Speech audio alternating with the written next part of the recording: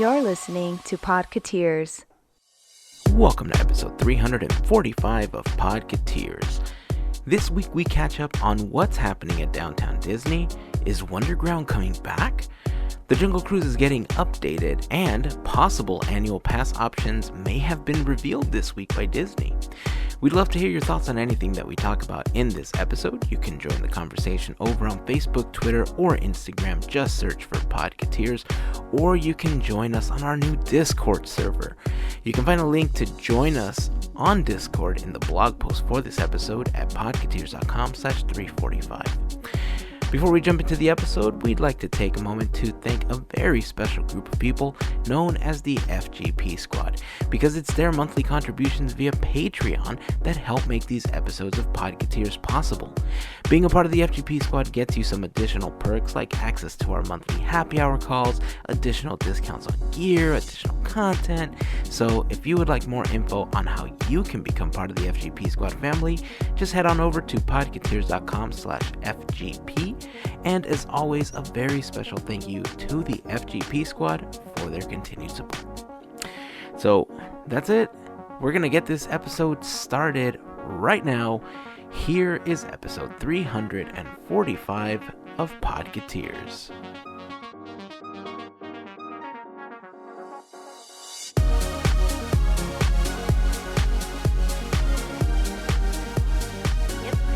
I need to take a quick drink again. It's been a very cold day. Yeah. I guess in comparison to other days in Southern California, we're closer to the San Gabriel Mountains. I would say it was in the lower 50s, upper 40s, and it was raining most of the day. The wind was very, very strong. It was knocking power lines over, it was knocking trees over, it was causing all sorts of havoc over here. Dang. And then, middle of the day, we were surprised with a little bit of hail. Wow. I guess I can say it snowed here a little bit. Technically. Ish. Wow. You know, it shows you what the chill factor was like if we had little chunks of ice falling over here. Mm-hmm. But overall, it was, I used to love the rain. I think with all the problems that we had in the past, Yeah. I'm not a big fan of the rain anymore. I think I'm just kind of, I get over it really quickly.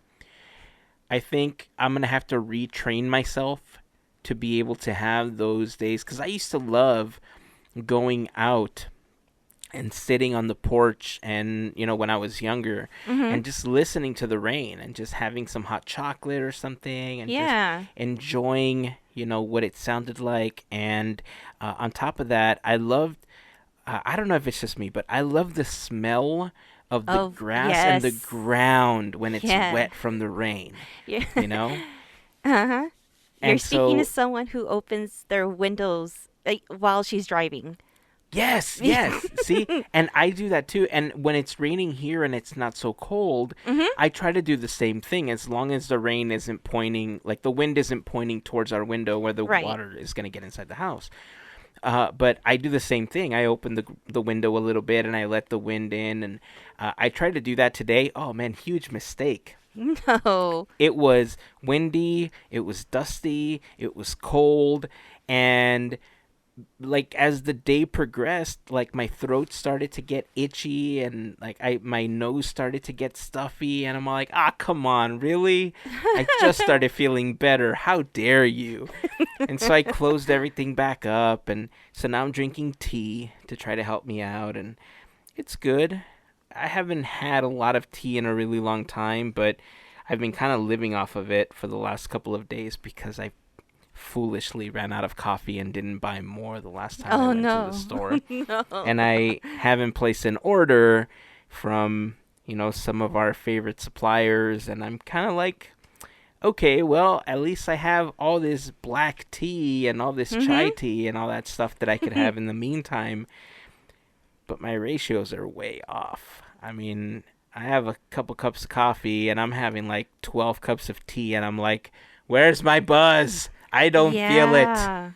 You have coffee like every day. So for to hear that you're out of it, oh, you're surviving Yeah. though. You're I'm surviving. trying. I'm trying. I'm having a really tough time with it, but it's okay. I placed a pickup order for like a day or two from now, so at least I'll Nice. have something. You know, Yeah. I'm not gonna go completely without it. I'll be back on the fiend soon. It'll be okay. How's your week going so far? It's actually been pretty good. You talk about hail, and I'm like, what? I don't. We don't. There is nothing over here, like weather-wise. There's times where I wish like neighboring cities would just give us, rain, because Anaheim is under a dome, and we just don't get any weather. But it is cold. It is. They gotta share. They can't be greedy with the weather and the elements. Like you have to share the rain with everybody. I, right?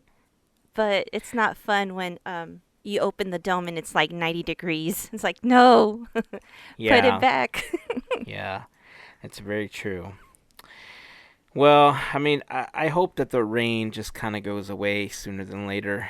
I just right now I just don't really feel like dealing with rain, so Yeah. I'd rather just be done with it and let's just move on. But I mean, we also need it, so catch 22. How dang it. Right.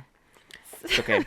One of the good things about obviously having cold weather is you get a chance to just hang out, get in a blanket, make some popcorn, get Hmm. yourself some hot chocolate or whatever, and just, watch some TV.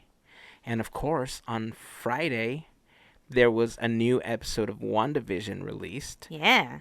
Please tell me that you saw it. Yes. Oh, I have to get your thoughts on it before I make my comments. What'd you think?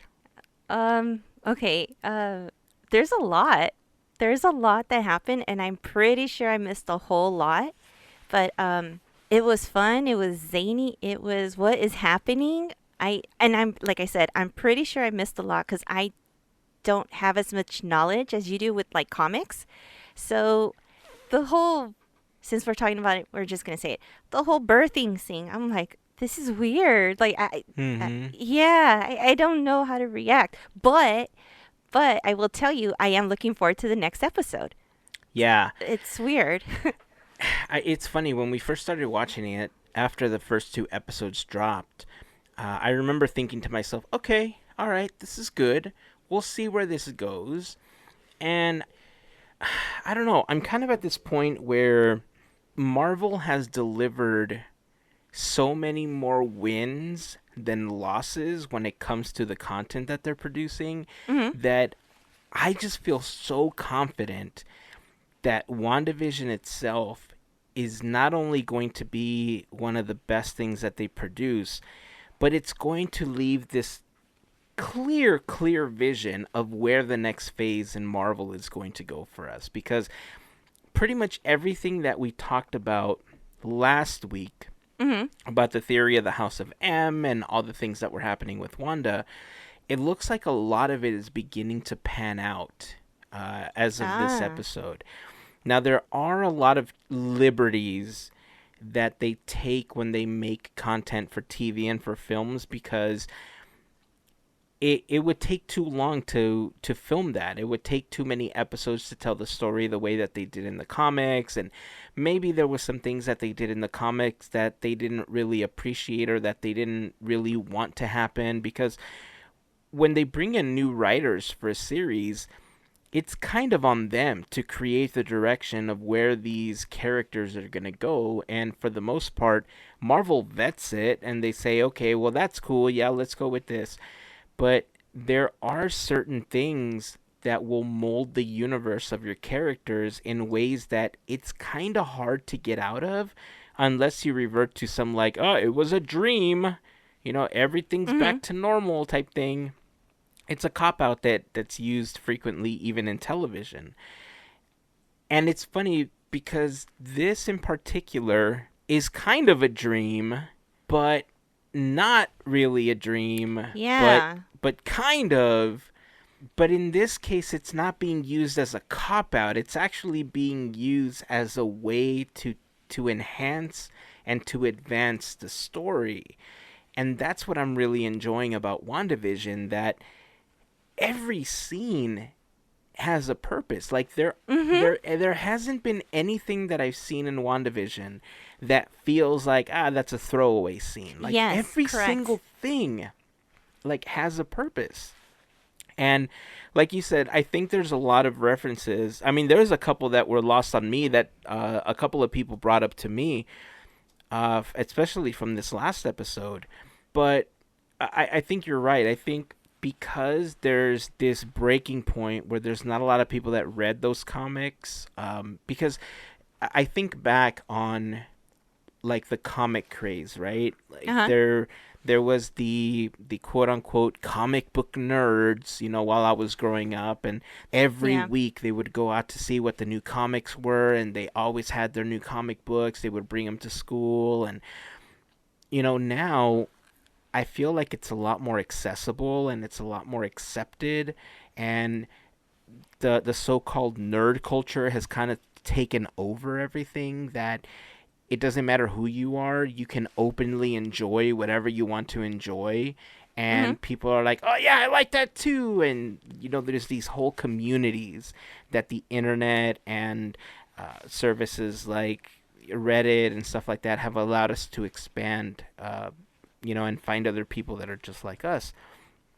But before, because it wasn't so accessible, or maybe it wasn't so accepted, people just didn't read them, or they didn't know about it.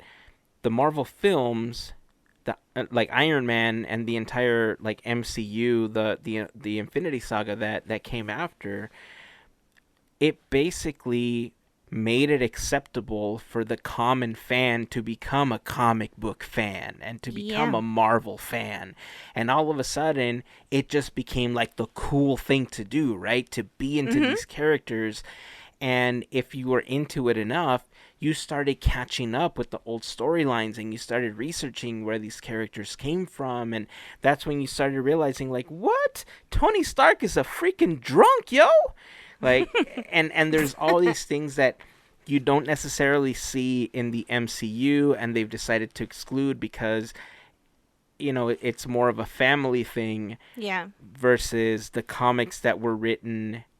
I mean, and there's some graphic novels that take it even further than some of these comic, right? But Mhm. the comics, a lot of the time, had really strong political views, and they shared them, and they made a point to make sure that those points were brought across in those comic books.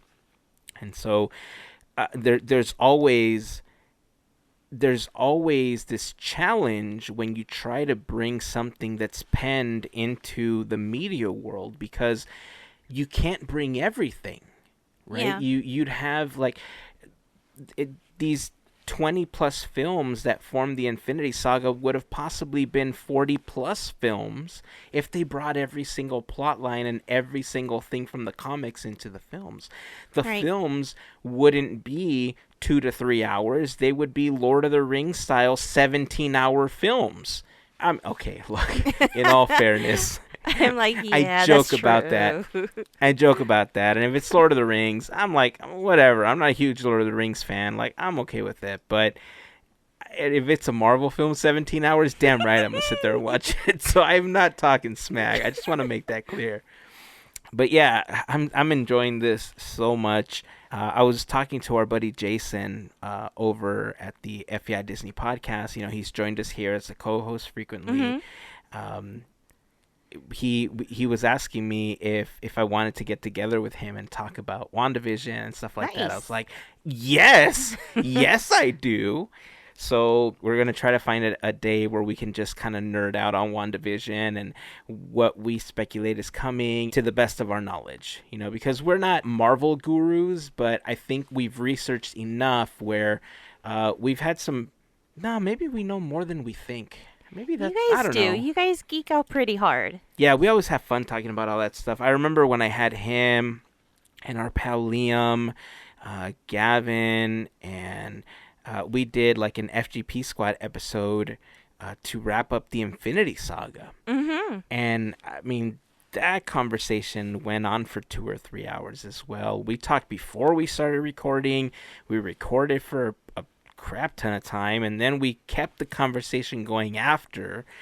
And I always feel bad because Jason's on the East Coast, Oh yeah, and that's some of our right. talks start late. And so before we know it, it's like 3 a.m. for Jason. He's like, I don't care. This was great. I don't even care. I mean, I love that dude. But yeah, I think it's going to be fun times.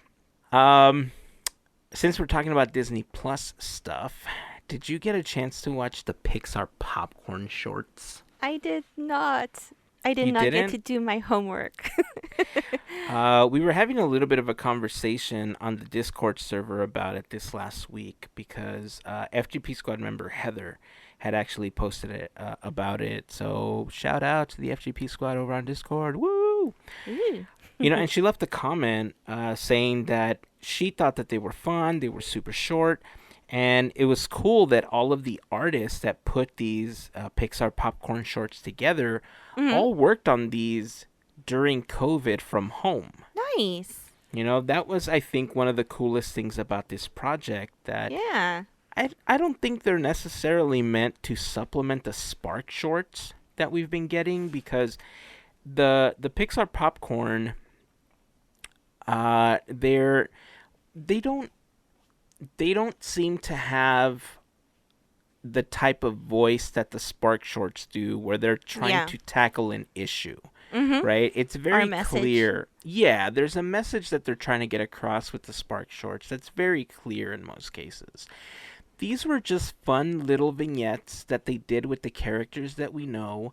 Mm-hmm. This was truly what I feel is a short, to what normal shorts I think would be. I think we've been spoiled by Pixar, especially with these, in some cases, longs, because when you think Yeah. of Olaf's, what was it, Olaf's Great Adventure, what was it called? I cannot Um, remember, but I think it's around the lines of that. yeah, something like that. I mean, that was what, 6 hours long? Oh By yeah. the time that was over, I mean, it was Yeah. possibly the longest short that they've ever done. And you know what? I mean, I enjoyed it. I don't even care. But this is the true essence of what a short is, right? Mm-hmm. And I kind of like what they did with them because it gives you this feeling of old silent films. So it kind of Oh. merges these genres together. Now I have seen like some pictures. So there was one of Jack Jack. So Yeah. I'm assuming it's like little stories of fan faith characters, but I mean you can't go wrong with Pixar anything, really. Yeah, They and, sound and like that's fun. exactly what they are. Yeah, that's exactly what they are. They are just these little fun videos. It's I think if you spend about 20 minutes, you can watch all of them. They're super, super short. There's one for Cars, there's one for Dory, a couple of Incredibles, there's one for Soul. Oh Uh, wow. Surprisingly, there was two Ducky and Bunny ones. And the Ducky and Bunny ones were really the only ones that had dialogue. Oh, okay. And that was the funny thing about it. Like a lot of the other ones relied on music or they relied on sight gags. Mhm. And I really, really liked them because, when we've talked about this before on the podcast and we've had conversations with our friends about this, how Wally or Up, Up is one of those films where in the first 8 to 9 minutes, they Mhm. tell so much of a story and they Yeah. engage you so much with just the visuals and the music. Mhm. Wally is another great example where for the majority of the movie there's absolutely zero dialogue, Yeah. but it's everything that's happening around Wally that really engages you. And so the Pixar popcorn shorts are kind of along those lines. I feel like it was almost like they challenged themselves on purpose to tell a story Yeah. without dialogue. That's what I'm getting at. And then I'm thinking, these are probably, what, 2 minutes long? I mean, to be able to tell a quick little story, even to make you feel something within 2 minutes, that's pretty darn good. Yeah, yeah. The longest one I think is the Finding Dory one, or Oh, Dory okay. Finding, I think is what it's called. That one's like 3 minutes long, but all the other ones are like about a minute, maybe Oh, two. wow. Yeah, so they're super, super short, but I'm telling you, they get their point across. I think a couple of them were better than others. I think, yeah, yeah, no, yeah, yeah, I stand by that. There's a couple in there that I don't feel were as strong as some of the other ones, especially with the maybe the message that they were trying to convey. Okay. But overall, oh man, the Soul one is possibly my favorite one in the entire series because maybe because it connects to the film so well in that Mhm. 1 minute vignette that they did that the other ones tell quick little stories, but they're just kind of stories on their own, you Gotcha. know? And Mhm. and I think maybe the one for Soul also kind of hit a little harder because of everything that's happened over the last year and how we're trying to kind of like scoop ourselves back up from having to stay home all the time and dealing with the pandemic and everything. So, I mean, I would say watch them in order. They do, interestingly enough, have an option where if you go to the Pixar Popcorn for season one, the last episode, episode 11, will play them all in sequence. And Ah, it takes okay. about 20 minutes to watch the whole thing. So, I definitely recommend them if you haven't had a chance to watch them. And if you have watched them, what was your favorite Pixar popcorn short? Like I said, mine was the Soul one. Soul of the City, I think is what it was called. But if there was any that you connected with a little bit more, I'd love to hear which ones you connected with and why. So you can join the conversation over on Instagram, Twitter, or Facebook. Just search for Podketeers. Or you can join us on our new Discord server. If you go to podketeers.com/345, which is the blog post for this episode, you'll find a link and an invite to join us on Discord if you haven't already done so. So, yeah, I'd love to hear which one of the Pixar popcorn shorts was your favorite. All right, before we jump into our next topic, I do want to quickly remind you that this episode of Podketeers is brought to you by a fantastic group of people known as the FGP Squad. FGP stands for Fairy Godparents, and that group of folks helps us out with a monthly contribution via Patreon. If you want more information on how you can become part of the FGP Squad family, you can head over to podketeers.com/FGP. Being a part of the FGP Squad gets you the exclusive monthly happy hour call with us where we play games and we chat about things going on in the park and our feelings. I don't know, whatever we want to talk about. It's our phone call. I mean, it just goes down however it goes down. And every happy hour call that we've done has just been super fun. And again, if you want more info, head over to podketeers.com/FGP for more information. You'll find a link there to our Patreon page, a little more information about being part of the FGP Squad, including some names of some of the FGP Squad members. So, again, podketeers.com/FGP, and of course to all of the members of the FGP Squad, we just want to send a huge thank you for your continued support. Let's see. Oh man, there was so much news this week. Mhm. And last week we even forgot to talk about some of the stuff that was going on. So I Yeah. guess the biggest thing that's happening this week is that it looks like California is going to be lifting the stay-at-home order that we've been under since about December, late November, I believe. Yeah. So the governor made the decision to allow outdoor dining to continue, Okay. and so we had the stay at home order late November, early December, and then it kind of went away for a little bit. And Mhm. they were a little more lenient, and then they brought it back, and they said, okay, no, everything's shutting down again. But it looks like as of today, we're back off of it and we're all in like the purple tier, which is the most restrictive tier again. Right. So we're not completely out of the woods. Sadly, California still has some of the highest COVID number cases in the United States right now. But It's interesting because it is going to allow a lot of places to reopen, serve food. Knott's Berry Farm has been doing the Taste of Knott's a Yeah. lot. Uh, Disney has been trying to bring some of those food options outdoors. Right before they did the shutdown a few weeks ago, they had just expanded further and Right. started offering a few more carts.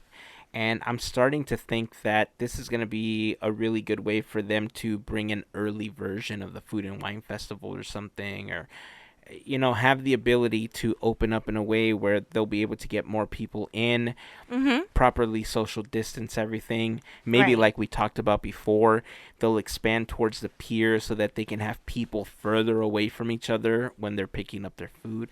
Who knows? Right. But it is something that it looks like it's happening now. I'm completely on board with the stay-at-home orders because, I've really actively been trying to be careful, not just for myself, but for my family, for my friends, for all the people that I love, and all my neighbors and everybody that I used to be able to come in contact with. Right. I will say that the one thing that's bothered me about what's gearing California to do all of this is they keep saying that it's the science and that it's the science and that it's the data. And that's great. I'm glad that science and like legit data is driving all of these decisions. Mhm. But like, why don't we get to see the data? Like, what is it exactly that's driving all of it? And I feel that that disconnect is why so many people are complaining, and they're just blatantly saying, well, it's not real. We're going to do whatever we want because they're not releasing that data. And I think this time that they're changing the stay at home order, Mhm. I think is going to be the first time that they actually release any type of data as to what helped them make those decisions in the first place. So as long as we don't hit certain capacities in hospitals, I think it's 85% if I'm not mistaken. And I think the argument people have about that is that, yeah, but even if you reach 85% capacity in a hospital, it doesn't mean that they're all COVID patients. They might also be other patients. And that's a completely legit way, to think about that. Yes, true. However, if you reach that capacity and don't have enough beds to help other COVID patients or to help somebody that has like a heart attack or that has, any other thing that needs immediate attention, Mhm. that's what they're trying to prevent. Right. So, again, I'm completely for all of this. I'm glad that we're taking tiny steps to kind of get everything, in a good position, and certain people can start to go back to work. And if people Yes. are responsible, then great. That's what we need right now. What we Mhm. don't need is people just saying, like, well, it's over. We could take our masks off. We could do whatever we want again, because that's not what we need. This is not the time to go backwards. Uh, Downtown Disney obviously is going to have some restaurants and everything that are going to be reopening. And one thing that we didn't get a chance to talk about that I thought was really big news, we had speculated when we heard the announcement that Wonderground was going Yeah. away that it was temporary. Or at least we were really hoping that it was We temporary, were. especially when we heard that it was the Star Wars trading post that was Mhm. moving into that same area. Yeah. And we were really confused because, if they just needed a spot temporarily, why didn't they use the old spot where the void was, or these other businesses that were no longer there? Yep. And I remember the outrage. I remember being very concerned about it. I think we all were. Yeah, but it's officially announced now that Wonderground is coming back. The Star Wars Trading Post is going to be moving to the Rainforest Cafe building that has been vacant since that end of downtown Disney closed, when plans to create the expanded hotel were in motion. And Mhm. when that fell through, the AMC, the ESPN zone, the Earl of Sandwich, and then the Oh. Rainforest Cafe all kind of left. You know, all those buildings were vacant, Mhm. and we were wondering if they were going to bring them back or what they were going to do. The Rainforest Cafe building, I have to say, was one of the things that I don't want to say the words they hurt me because it didn't really hurt me, but I was saddened the most about it because I like interesting architecture and buildings. Mhm. And the Rainforest Cafe building is just so nice. Like it's got like a really nice aesthetic to it, and I would have really been sad to see that building go. Yeah, totally. I mean, it was a nice place to go in, like during the summer or actually any time. And it was just really cool. You had the aquarium and different things, and it was always interesting. It wasn't like any other building that we had here. So, yeah, I'm so glad that they're utilizing it. And it's like, yay, Disney, this is one way you could do things without really having to hit the budget. Just reuse what we have. And I'm glad they're doing that. But I'm so happy about Wonderground. Yeah. Man. Yeah, I'm sure a lot of people are, especially the Mm-hmm. artists that they were featuring there. Yes. You know, there were so many artists that they were so well known because they were Wonderground artists.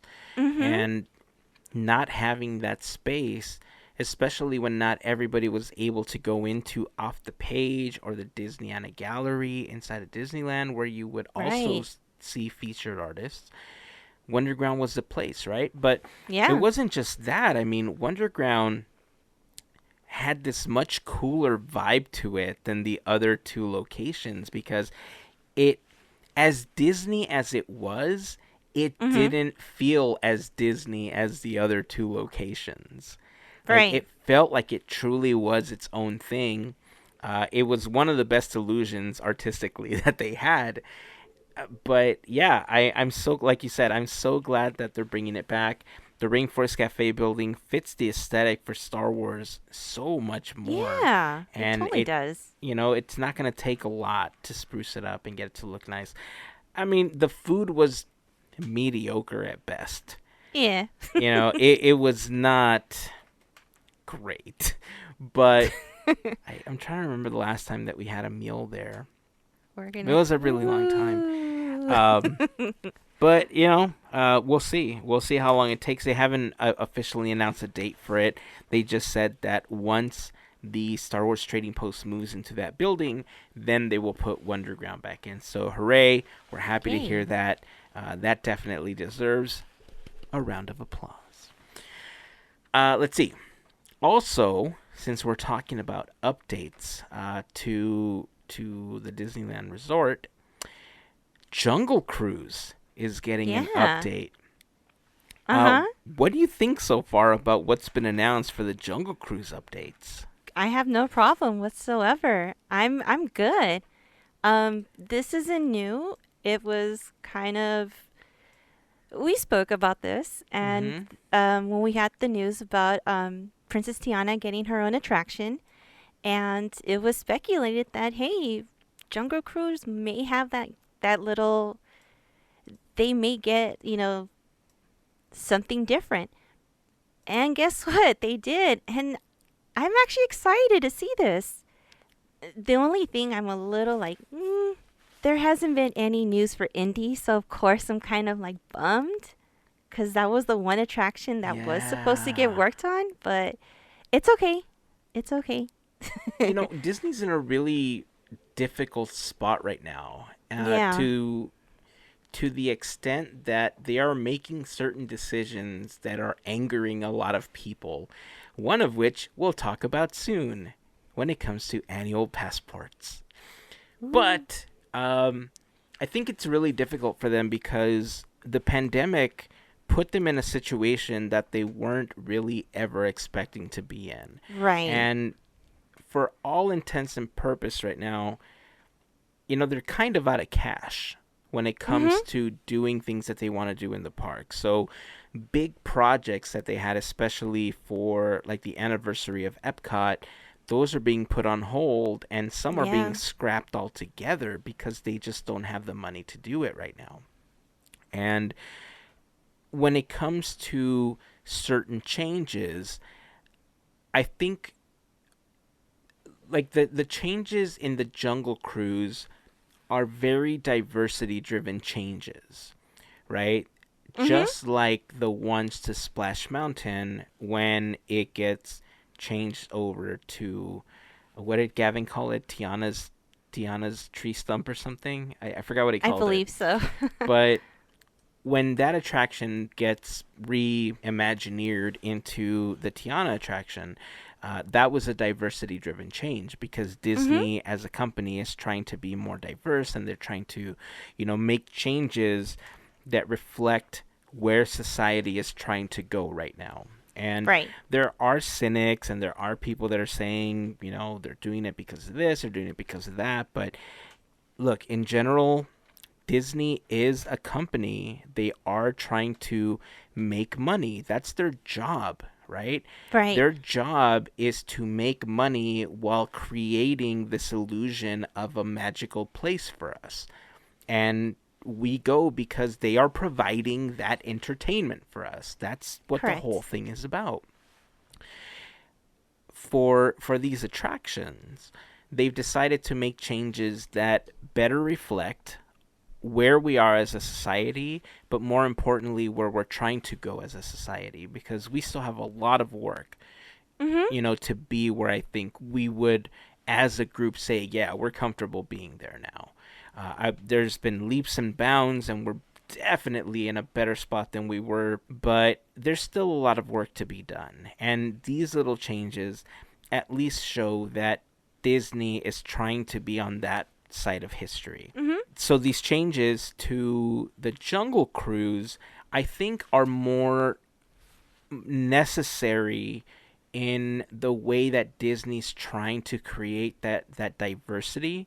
Whereas with Indiana Jones, there really isn't anything controversial about the Right. attraction as there was with the Jungle Cruise or with Splash Mountain, right? Like Indiana Mhm. Jones is Indiana Jones. So if they had to spend $3 million updating any attraction, and it was like, well, it's Indy's anniversary, or we got the Jungle Cruise that has some things that maybe we should have updated 25 years ago or more, Right. they're going to go with the one that needs the update, right? Of So course. that's the only reason I really feel that they're making those changes to the Jungle Cruise. I was concerned that, and this is one thing that we talked about before, that Mhm. we kind of joked about The Rock being, Sorry. on the attraction, and instead of I'm Trader so Sam, as you're coming around, you get the people's eyebrow, and it's like, hey, do you smell what The Rock is cooking? Even though that's not what right. he would say. That's not in the Jungle Cruise movie. But one can dream, okay? Don't take that away from me. But yeah, I was a little concerned that they were going to make some of those changes. But man, I was so pleasantly surprised to see a couple things. One, that they're keeping the integrity of one of like the original attractions and this original concept that isn't getting flooded with an actor or something from the film, Yes. which who knows if we're even going to see Jack Sparrow removed from Pirates now, considering everything that's been going on with him and Disney and Amber Heard and all that stuff. Right. But maybe that's why they decided not to add these figures from the films, because they didn't want to have to deal with it, right? Probably. Mhm. More importantly, there was a video that was released by Imagineering where Imagineer and former skipper Kevin Lively was telling us about the new attraction and what was coming. And did you happen to spot? I was trying to remember where it was. On his left side, on his sweater, he had his name tag. Did Uh you huh. happen to catch what was on the other side? No. The logo for the SEA. Oh, nice. Mm-hmm. No way. It was a big golden SEA pin. And I mean, Wow. talk about getting the warm and fuzzies. Yeah. I mean, when they opened up the Tropical Hideaway, and there was all of these references to the SEA. Mm-hmm. I love the story. I wish that they would expand more on that, like they have in the other parks. If you're not familiar with the SEA is the Society of Explorers and Adventurers, and you see inklings of it with characters in different parks. Like you see it at Tokyo Disneyland. It's in the Tower of Terror with Harrison Hightower. Uh, there, oh man, I want this to be a part of Disneyland so bad. And if that pin is like their way of saying, "Yup, it's coming," oh, I'm It kind of has to losing it right be. now. It has to be. It's like a little Easter egg. It has to be. That Well, would be awesome. right? Especially considering that the story that they're basically telling us now includes skippers in the attraction. So you're on a boat with a skipper Mm-hmm. and you're following the adventure of another skipper, or possibly two, whose boats were lost. And part of the concept art shows these boats that are torn in half, and there's like, monkeys or orangutans or something just kind of, taking over the boats. Mm-hmm. The boats that they're talking about are the Mekong Maiden and the Kwango Kate. Those boats have been decommissioned, and they haven't been around as part of the Jungle Cruise. I don't remember when the Kwango Kate boat or how long that hasn't been around, but I know that the Mekong Maiden was decommissioned. I think in '97, if I remember correctly. Somebody's gonna Wow. have to fact check me on that. I don't remember, but it's been a while, and the story that they're gonna be telling now is, hey, did you ever wonder what happened to those boats? And the skippers are going to be following the story, and you're going to see these skippers along the way. And I don't know if you're going to be on a quest to help save them or anything like that, but the fact that they're integrating the skippers into the story means to me that they're bringing elements of the SEA in, Yeah. and I'm so freaking excited about this. There's effort into this, of course.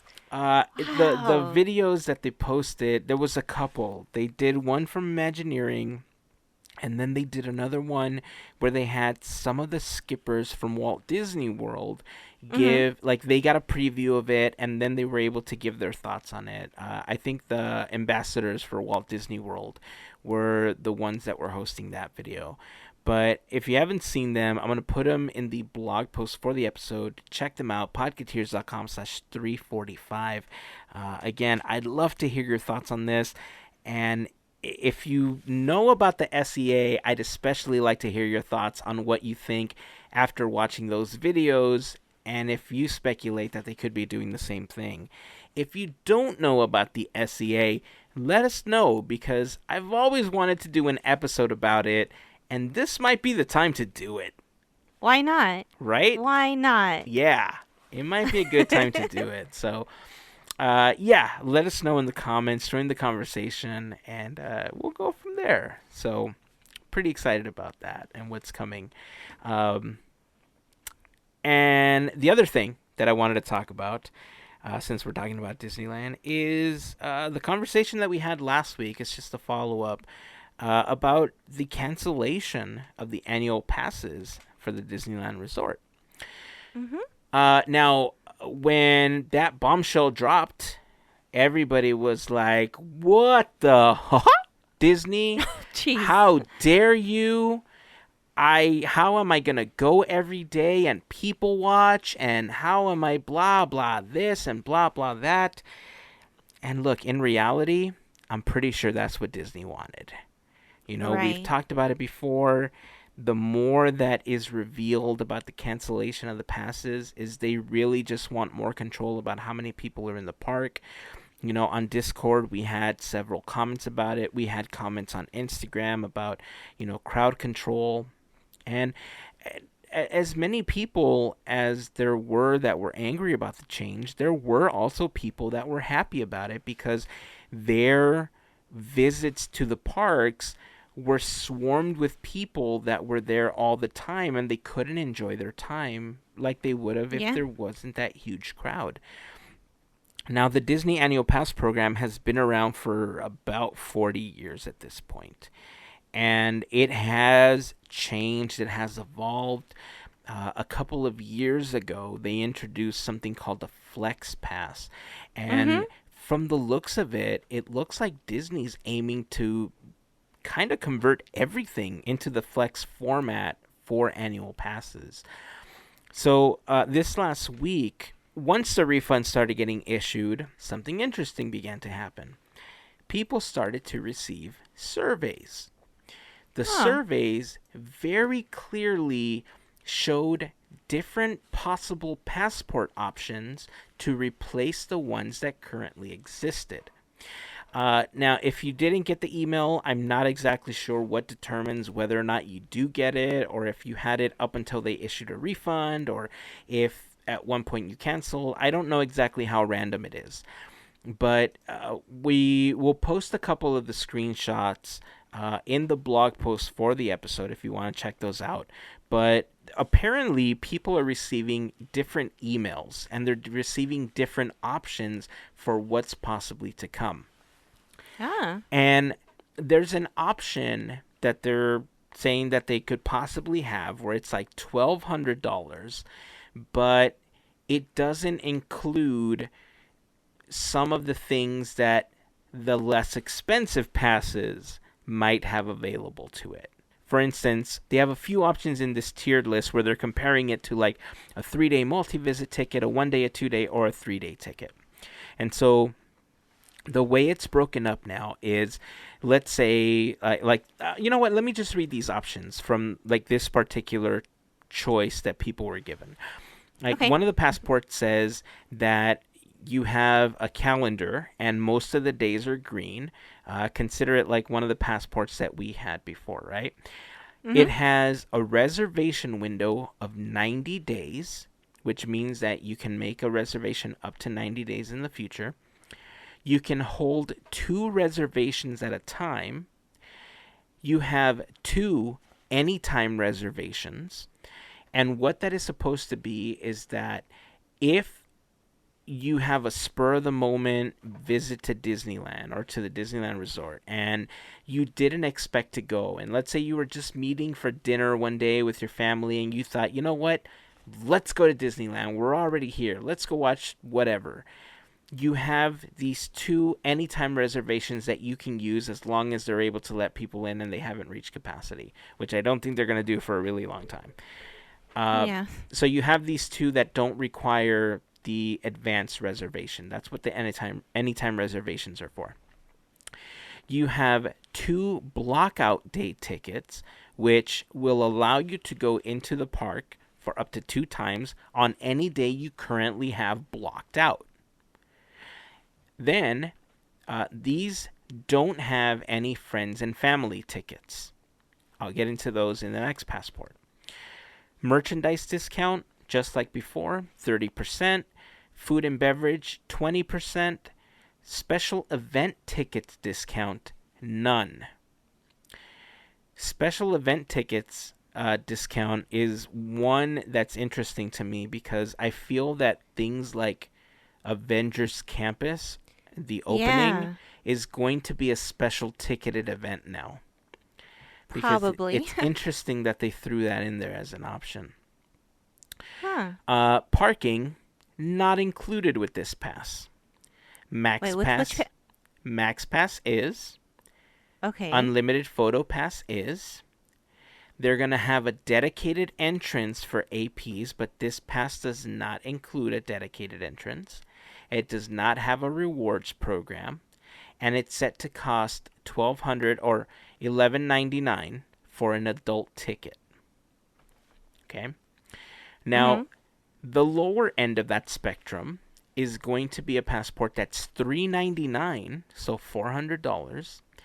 Your reservation window is 60 days. You can hold up to 4 reservations at a time, but you get no anytime reservations.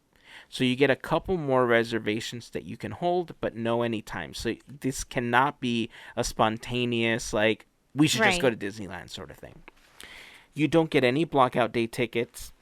This one does have friends and family tickets where you can get 10% off 2 tickets if you were to go on a day. So since you don't have blockout day tickets, you do have the option of buying tickets to go in on any day that you choose. You still Okay. get a merchandise discount. Food and beverage is 30% versus the 20%. No special event discount. This one has 50% parking discount. Also includes Max Pass, also Photo Pass, no dedicated entrance, no rewards program for $400. The other option is $799, $800. You have a 60-day reservation window. You can hold 6 reservations at a time. You don't have any anytime reservations. You get 2 blockout day tickets for this one. 20% off 2 tickets for friends and family. Merchandise discount, though, goes down to 20%. And food and beverage discount is also 30%, just like in the last one. Special event tickets, no discount. You get a 20% discount on parking. Max Pass and Photo Pass are also included. And there doesn't seem to be a child option for this one or for any of the ones that I just talked about. It's just adult versions right now. Now, when you compare it to the multi-day tickets, they have a 3-day multi-day ticket listed for $199. You have a reservation window of 120 days, but these 3-day multi-day tickets are basically blocked out from June through December. You can only use them for like the first 5 months of the year, which sucks. Then they have a Yeah. 1-day ticket, no blockout dates, 120 days reservation window for $104 all the way through 209 depending on peak times. A 2-day ticket for $235 through 290. Same, no blockout dates, up to 120-day reservation window. And the 3-day ticket will be 310 through 365 depending on peak times. And same, no blockout dates and 120-day reservation window. So this was one of the offerings that was sent out. This, I think there was 3 different versions of this email that went out where the passports were kind of different, but the Mhm. same enough where Disney's saying that they're gathering information to try to figure out what to be able to offer. Right. And when reading through all of these options, honestly, I'm speculating that Disney already made that decision. Because some of these are, like, some of the choices, like I said, feel absurd when you read them for the first time. So I feel like the way that these are structured is Disney's way of saying, we've kind of already decided, but we're kind of leading you. It's almost like a magic trick, right? Like when a really good card trick is being done to you, you're being led through the story of the trick, and then boom, you get the payoff at the end, right? In True. this case, they're kind of showing you all of this stuff because it's things that they had on the table. There's a big part of me that really feels that they've already made this decision. Really? I'm Yeah. I'm on the opposite end, thinking they'll let us know and whatnot. Like that's what I'm thinking. Um, I think I mean it's kind of sounds like they're putting out like little feelers to see like what's happening, and I I don't know. I mean we usually wait until Disney gives the official word, so Yeah. who knows? Yeah. You know, they one of the other emails had, I think, a set of slightly more interesting choices. And Hmm. before I read that, there's a couple things that Ken Potrock had said during an interview with the Orange County Register that I just So here, let me read these to you, and then I'll talk a little bit more about what I was going to say. But during the interview, he said, "We're trying to understand, what do people want in this new world? When do they want to access our parks? How frequently do they want to access our parks? With what level of spontaneity? With what level of value? All of those things and more. All of those things and many more." There's nothing.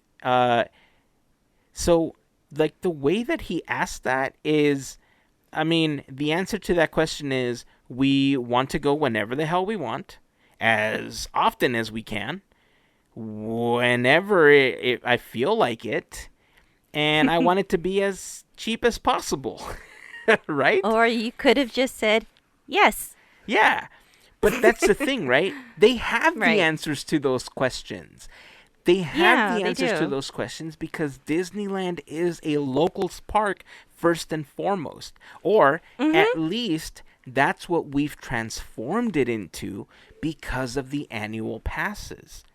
But Yeah. Disney doesn't want it to be a locals park, right? They want it to be Right. something like Disney World because they want to be able to make as much money as from the people visiting as they can. And we talked about this before, how they Mhm. don't make a lot of money from the annual pass holders. Right. So in reality, they have the answers to these questions. And so Yeah. he went on to say, there's nothing off the table as we begin to think about things that are important for people, whether it's the number of times that they visit or on a product offering, whether it's when, is it midweek or weekend? Is it morning or afternoon? Is it day part oriented? It's all of those things that we're incredibly curious to hear back from our guests about. Again, they have this data. All they have Yeah. to do is go back and look at the scans from everybody's annual passes that they have. I know that they have that data stored, you know. Mhm. So I know that they're trying to. Actually, he talked about flexibility. Hold on. In this quote, he says right here, "This is not designed to limit choice and flexibility. It's designed to enhance choice and flexibility. People may say, here's how I've always used it. People may say, here's what I bought, but I didn't use it and optimize it. People may say, I have a different family structure or my financial situation is different. I would love to do it a little bit differently than I've done in the past. What we're hoping to be able to provide is a choice and flexibility for all of those different evolving states." I I kind of feel like they already filled all of those structures in, because they had like the pass that had no blackout dates, they had the signature pass, but then they introduced the flex pass to make it a little bit Mhm. easier and a little more economical. The one thing that I think that they're missing from these statements is, I think they're really trying to just say, we were too crowded, we're trying to limit the amount of people that were coming on a daily basis, and we're trying to move past all of that. Yeah. I could see that. I get it, right? I understand it. Mhm. I totally understand it. That's why I made the comment last week about, do you think this is their way of weeding out the quote unquote influencers without directly saying that they're weeding out the influencers, right? Because they know how valuable they can be. They work with influencers all the time. Mhm. They comp them stuff and they have contracts with them in order to show new products or new Right. clothing, new hotel stuff, new features.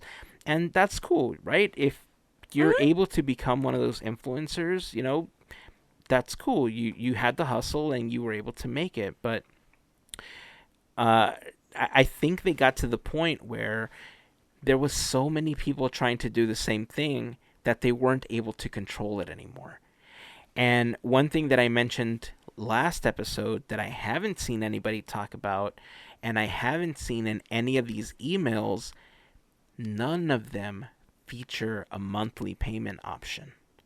There's no Maybe they're mention. waiting. Well, there's no mention of it. And remember, I said that I think that they're going to do away with it altogether? But if they wanna talk about knowing the situation that everyone's in, I kind of would think maybe not right now. See, I kind of get that, but I also get that there's an argument. Man, I have But so I many do see what thoughts. you're saying, though. Yeah, I do. Like it's like I could see both sides. I really can. Like through the business side of Disney, and then the how we would want it yeah, per se. yeah. Yeah. And it's a hard balance to strike, Yeah, right? it It's is. a really hard balance to strike because as consumers, as annual pass holders, we're always going to feel like we got the short end of the stick, regardless Yeah. of what's given to us. Because if you look at the prices historically, if you look at the offerings, little by little, we've paid more for less. I mean, look at what was available when they first came out, what they cost, what we got, and what it ended up being before all of this happened. We've been Mhm. on that trajectory. Now, the only difference is that if Disney was doing this without the pandemic and without anything happening, people would have been up in arms like you wouldn't believe. Like, if you thought people were upset now, if they did this without a pandemic, people would have been crazy, right? Ooh. Yeah. Yeah. But now they have the advantage of it happening during the pandemic. I hate to say it Mhm. like that, but because No, of the you're right. pandemic, they've lost so much money that this option is the best way that they're saying that they can get back on track with, Right. while allowing us to still have some of the functionality and some of the features of the annual pass that we knew, which we'll never possibly have the same way again. It's always going to be like this now because the reservation window itself is going to be key to making sure that the parks don't get overpacked anymore. Mhm. Because one thing that, I mean, I don't know about you, but with my old pass, if I wanted to go every single day, I could. But then that was the argument that I would make to people all the time, right? Because Right. uh, like one argument that I usually had with people about my AP was, we never went on vacation to Hawaii, we never did this, we never did that. We chose to get annual passes for Disneyland because that was like a mini vacation to us. That was our way Right. of enjoying that money that would have otherwise gone for a cruise or gone, whatever. Mhm. And if we didn't have the option to pay for it monthly, there's no way we could plunk down $125 for four people to go every single day of the week, right? Right. When you think Mhm. about it, for like $500 on a non-peak day or non-peak time for a single day for a family of four for a whole week's worth, that's a lot of money. That's already Yeah. what you would have spent on annual passes. That's why they made sense for so many people. And now, because it's gone so long, Disney's trying to make it make sense for them, right? That's all that's Yeah. happening right now because, like I said earlier, they're a business first and foremost. And They with are. the pandemic has only made it worse for them because they haven't been able to be at capacity. They haven't been able to be open to make money. The parks are suffering. Again, if it wasn't for Disney World, kind of partially open, and if it wasn't for Disney Plus, they would be in a worse It would be situation right worse. now, Mhm. right? So Yep. it's going to be interesting to see where they fall. Again, I'm speculating that if you kind of look at all of the passes, you can kind of find common ground as to where you think these are going to land or what the base one is going to be. And then Mhm. from there, they're going to build. I don't know. I feel like they've already made this decision. I'm gonna stick by that. Okay. I get what they're doing. I think the surveys are more to validate the decision that they've made already. I don't think it's necessarily to help them make the decision. It's more to get people connected to the process and for them to kind of feel like, okay, well, how far off the mark were we by saying we're going to do this one? Or what's the damage control we're going to have to run if we chose this and people wanted this? You know what I mean? And the Yeah. good thing is that I feel that if they made a decision that's going to outrage more people than might be willing to purchase one of the new annual passes, one of these new membership options, I'm hoping that they're able to adjust it and they're able to modify and say, you know what, that was a mistake. It didn't work very well. Let's go with this other one instead. We're going to make some modifications and we're going to go back to this. Who knows? You know, like you Yeah. said, you made a really great point and a really great comment right now that, you know, considering our situation and considering the economy, not everybody's going to be able to jump back on the annual pass bandwagon right now. And Yeah. there's going to be some people that not only don't get a new annual pass, but may not go to Disneyland for the next 3 to 5 years until, you know, things settle down a little bit more. So it's a lot to consider. And I'm hoping that sooner than later we get a chance to hear a little bit more about what options are going to be available to us. But you know what? At the end of the day, that little bright light, I mean, it is getting brighter. Oh, Because yeah. we're talking a little bit more about things happening. So that's, to me, that's how I would see it at the end of the day. It's just like, you know what? There's a whole lot more talk about possibilities. And so again, we're getting closer to Yeah. the finish line. Yeah. So that's how I have to think about it. If not, I would probably go nuts. Yeah, no, I'm right there with you. I I would much rather be past all of this already. You know, I'm not Agreed. alone in thinking that. I know that there's tons of people that I think mentally and physically it's taken a toll on them that they didn't expect for it to take. You know, I Mhm. know I certainly feel, you know, much older and run down than when this whole thing first Woo, started, easily. right? And Yeah. yeah, I just want to be past this whole thing. You're right. There is a light at the end of the tunnel with all the vaccines and everything that are happening. You know, we're getting closer and closer. I'm going to be getting my second vaccine very soon. I'm very excited about that. And Yeah. hopefully, you know, we'll be able to start scheduling it for more people. Get that out Mhm. of the way. Were you planning on doing the one when Disneyland reopens as the Superpod? Mhm. Yeah? It's literally down the street. Have you tried calling or have you tried figuring out like how to get an appointment for it or what's the criteria? Right now they're still doing tier 1A, I believe, Oh, and it's okay. just the senior citizens. So, I still have a ways. I think I'm the third tier, Hmm. along with the teachers. So I'm just waiting for that. And yeah, no, I've already looked into how to register, but they were like, well, answer these 3 questions. If you're not qualified, you just gotta wait and just stay safe, and that's it. Yeah. So I'm just patiently waiting, and the moment I find out that we're next, yeah, Yeah. I'm I sign me up seriously.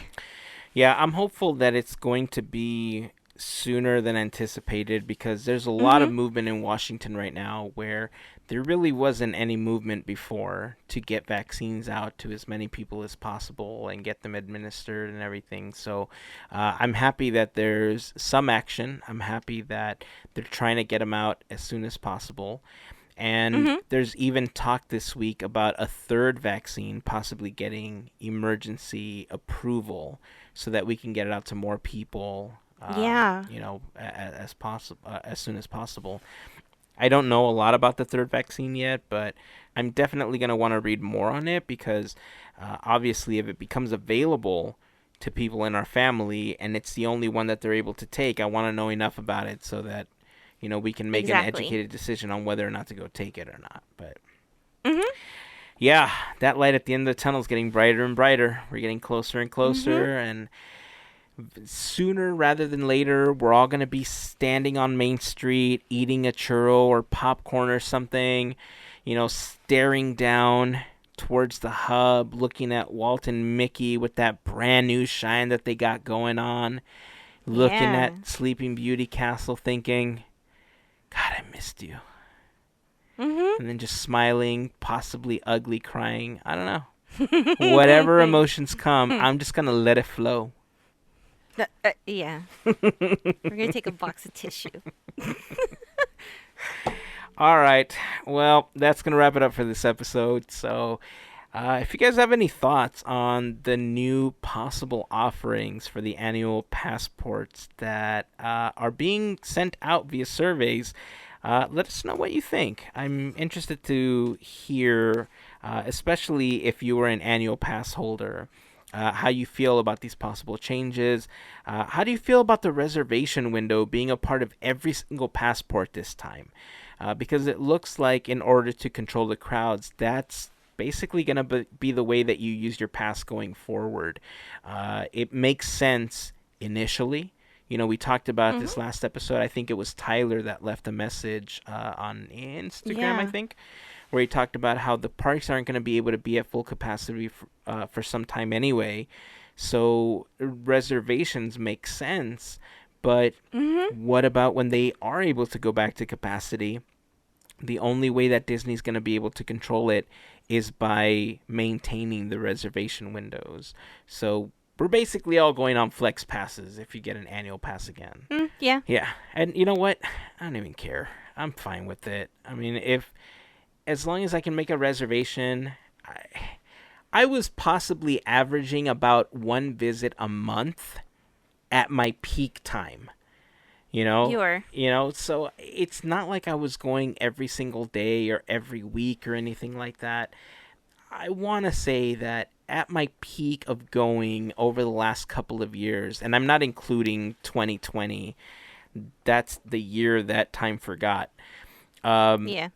If I average out the times I was probably going about once a month. Twice if we had to meet up for something or whatever the case was. So the way that I see it, again, if I can get to a point where I can average that one visit a month, even if I have to make a reservation, and it's going to cost me about the same as it was costing me before, I'm cool with it. It'll be like my monthly escape or whatever, and we'll be able to plan it with everybody so that we all show up on the same day and hang out with each other, and it'll be fine. It's just going to take some adjustment. We're not going to have the freedom that we had before, but it's a post-COVID world, right? Yep. So, baby steps. Yeah. All right. That is going to wrap it up for this episode. So until next time, keep dreaming, keep moving forward, and always remember to pass on the magic. Have a fantastic week, everyone. Bye.